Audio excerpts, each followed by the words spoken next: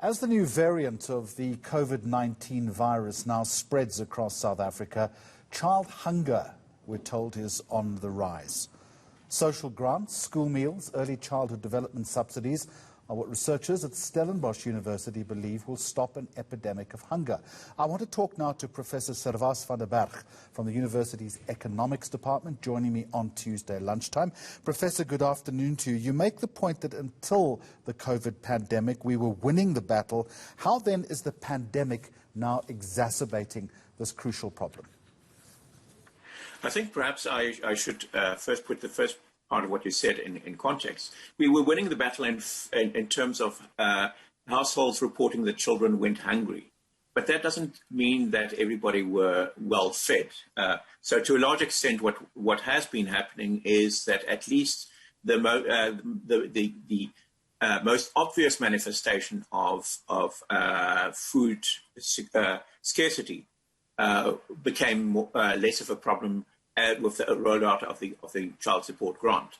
Now that has changed as a result of the pandemic and the lockdowns, not necessarily the new variant of the virus, but the fact that it is so transmissible means that the impact on the population is larger, and therefore the lockdown is likely to be longer and more severe than it would have been otherwise. And that, of course, undermines people's ability to earn. People, particularly in the informal sector, but also in lower paid workers, particularly in parts of the formal sector, have been losing their jobs. That has led to less money available. And parents could sometimes protect children by sometimes not eating themselves as much as they would have, or by borrowing money, or by using accumulated savings, but all of that becomes more difficult as this continues. We have recently done a third wave of the NITS-CRAM study. We do not yet have the results, but those will soon be available. Our expectation is that there would now be a lower prevalence of child hunger than we saw in the first and in the second wave, that there has been a decline in that, but that because our third wave was done in the beginning of December and in November. But we expect that with the new stricter lockdown, we would have again an increase in child hunger, at least as it is manifest in people's in parents reporting that. So, Professor, potentially we are facing some sort of tipping point.